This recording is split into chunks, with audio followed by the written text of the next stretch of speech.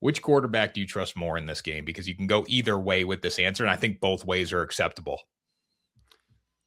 I can't believe that I'm saying this because on one side you've got a guy who, I mean, as a rookie, Drake Maye showed potential.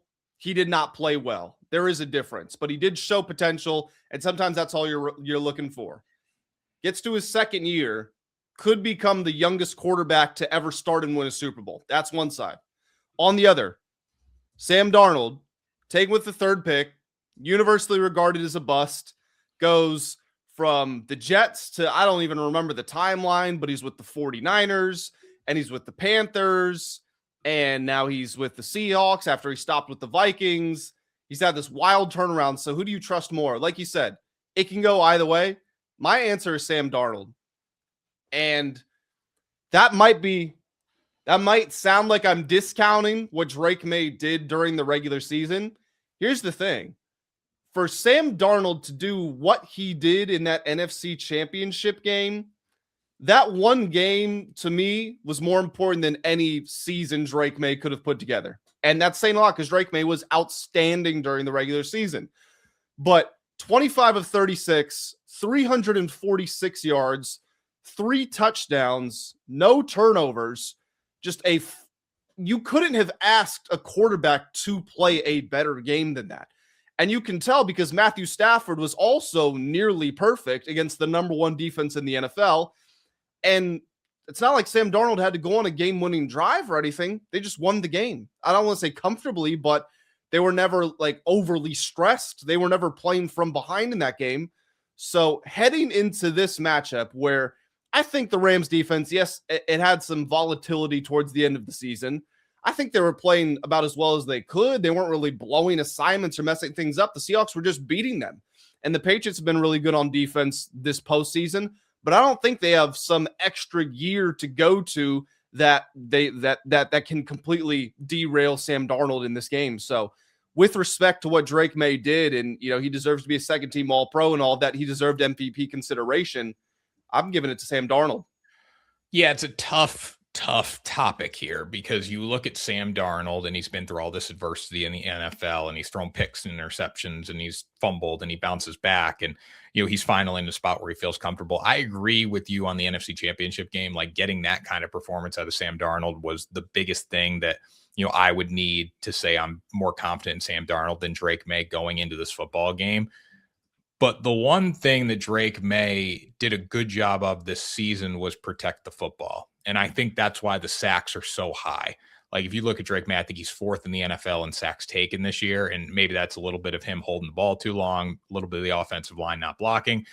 But I'd rather take the sack in this game than I would make the critical mistake.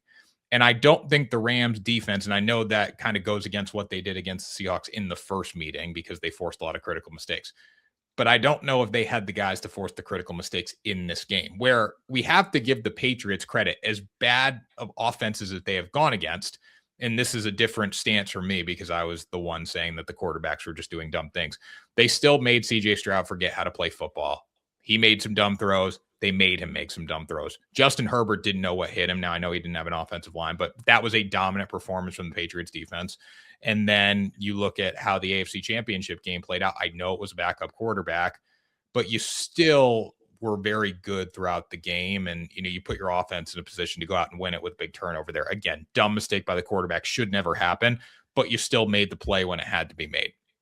So I think the Patriots defense is going to be able to force Sam Darnold into potentially making a mistake or baiting him into something. And I think the Seahawks defense will be able to do the same for Drake Maye. I don't think we get a clean game from either quarterback, but the way the Patriots have called the offense this year and the way they've done it in the playoffs, like they're okay punting and playing defense. And I think that could be your best formula for success against Sam Darnold because he still has thrown 14 interceptions this year. And, Seahawks fans will counter and be like, well, he's been great in the playoffs. Went against the San Francisco team where he wasn't stressed and then played the greatest game of his life in the NFC Championship. I don't know if that game can be duplicated. So when I think about that, I'm going to lean towards Drake Maye in this game. I think Sam Darnold's going to be the bigger impact player. I think he's going to be the one to go out and make the big plays. I think Drake's going to make some with his legs, scrambling, getting first downs. But I trust Drake Maye more, but Sam Darnold definitely has the bigger upside to change the game. Both ways, negative and positive. I think you described that pretty excellently. I was looking back at Drake May's stats from or over the course of the season because everybody knows he has 4 touchdowns, five touchdowns if we include the rushing touchdown, 5 touchdowns, 5 turnovers in the postseason. But 3 of those turnovers were fumbles. So I went looking and I was thinking to myself, how many interceptions has Drake May actually thrown? He's never had a multi-interception game this season. Wow. And his season is now, he's at 20 games. He's never thrown more than 1 interception in 1 game. Now, he does take a lot of sacks. Like you said, that's kind of the trade-off. It's not that he doesn't make high-risk throws because he will air the football out, but he's not consistently trying to laser it into tight windows. He would rather just hold on to it, run it if he needs to, and take a sack if that's the only outcome that's available to him. That has led in the playoffs to him fumbling the football a few times, which is obviously a huge concern. He fumbled 4 times in the Texans game alone. He's lost 3 in these 3 games. But like you said, from the standpoint of Sam Darnold wasn't asked to do anything against the Niners. He had the oblique injury as well. Okay, we'll give him some grace. Played the best game of his life, but he did throw 14 interceptions during the regular season. And when they come with him, they normally come in bunches. I mean, he had 2 against the Steelers. He had 4 against the Rams in the first meeting. He had 2 against the Rams the second time around. So if you get that game from Sam Darnold, Drake May's probably not going to do that.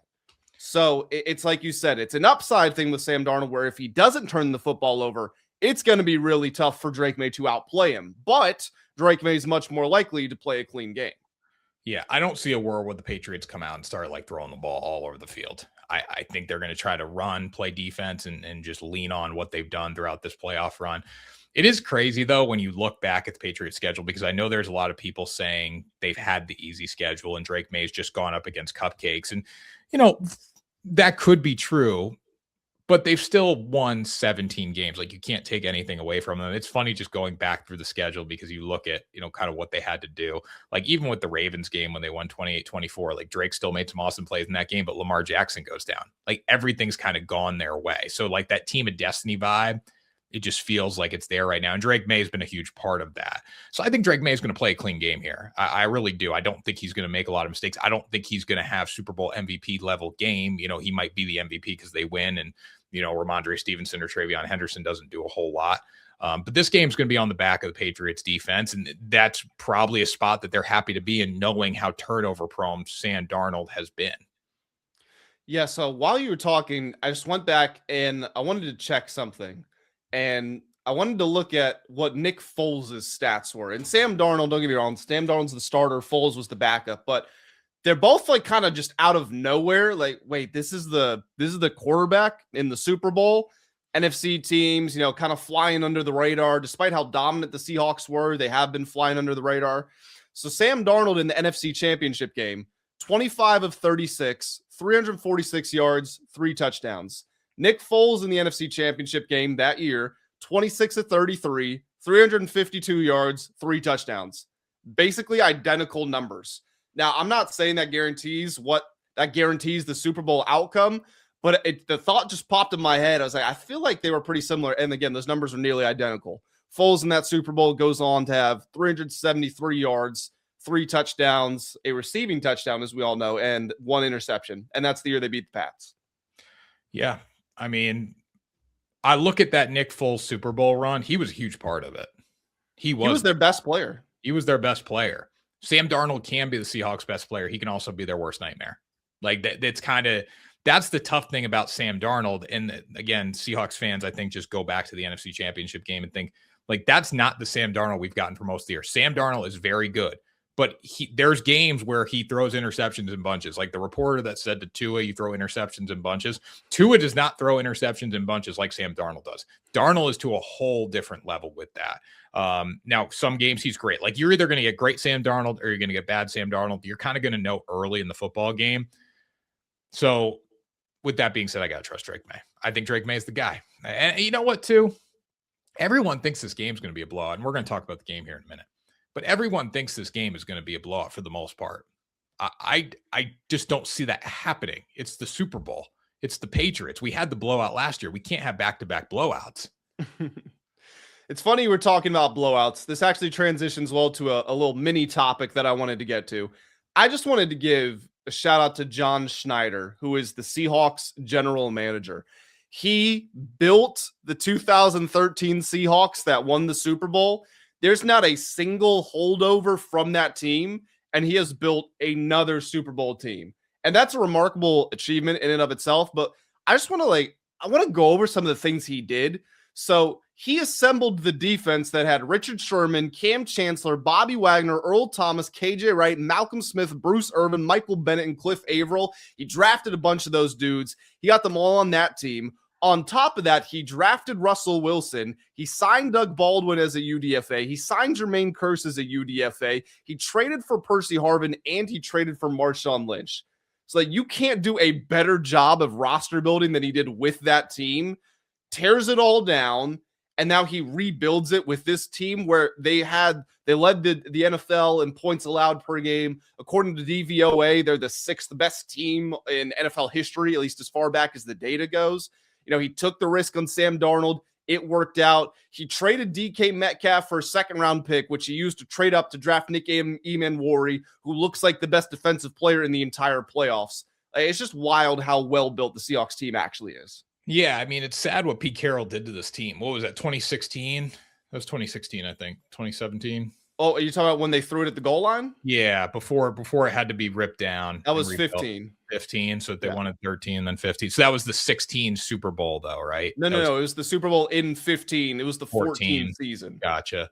Yeah, that was bad. I've seen that highlight so much this week. Like, I can't imagine Seahawks ownership, Seahawks fans, GM, anybody who's part of that team. Like, I can't imagine seeing that on rerun because you had the Super Bowl in the palm. You had the dynasty, really, too, because if they win that team is sticking together, but then instead they had a falling out. And you don't know what happened with Tom Brady. Like, would Tom Brady go on to become as great as he was late in his career after that? You just don't know.